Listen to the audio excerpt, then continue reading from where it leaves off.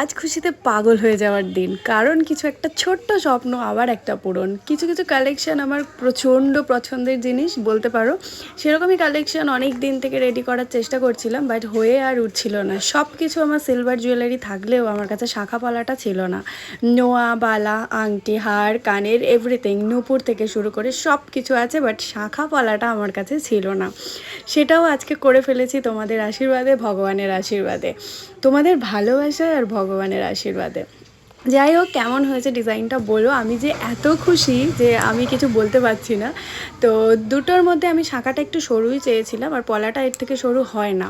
But জিনিসটা কেমন হয়েছে আমাকে অবশ্যই জানিও। আর শাখাটা সরু চেয়েছিলাম এই কারণে, আমি তো এমনিতেই পড়ি না, আর আমি মোটা জিনিস বেশিক্ষণ হাতে রাখতেও পারবো না, সেই জন্য আমি শাখাটা চেয়েছিলাম। আর এই নিশ্চয়ই আমার গলা শুনে বুঝতেই পারছো যে আমি কতটা আনন্দ।